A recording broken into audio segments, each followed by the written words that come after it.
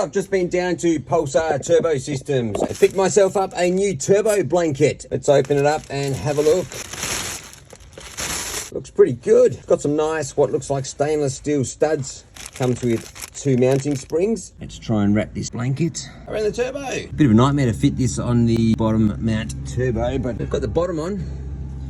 Bit of poking and prodding with a screwdriver. All the vitals are covered between the compressor housing and the exhaust part of the turbo. So now we'll just go up and tidy up the top and see if we can put the springs on. To get our back spring on, I'm gonna run a bit of wire down past the back of the turbo. So I'll attach that wire to that spring, and when we tuck the beanie up under the back of the turbo, we should be able to pull that spring right around and hook it to the front of the stud and connect it up. Here goes nothing. All right, so we've got the beanie pushed up from the bottom and looking quite nice there.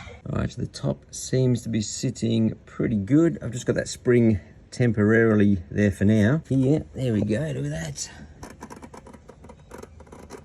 We've got the spring attached to the rear. We should be able to hook that spring around that stud there. Awesome. A bit of a trick there to get your turbo beanies on. All right, so turbo beanie is on. That cable trick worked a treat. This button here, we've wrapped the spring around to the rear button. This button down in there, if you can see it. Grab my Tele light from Bunnings, USB charged, of course.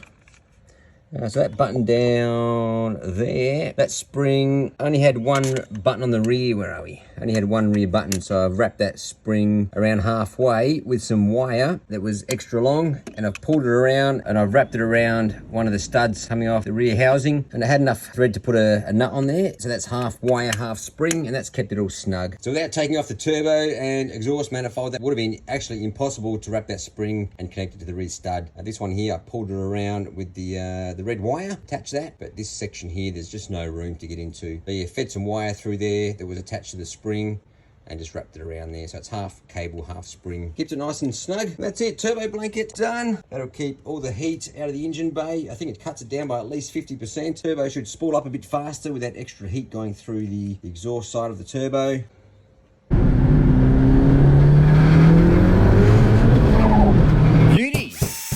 Thanks for watching. If you enjoyed this video, please hit the like button and leave a comment below. This helps my channel out lots. And if you'd like to follow or subscribe, that would be awesome.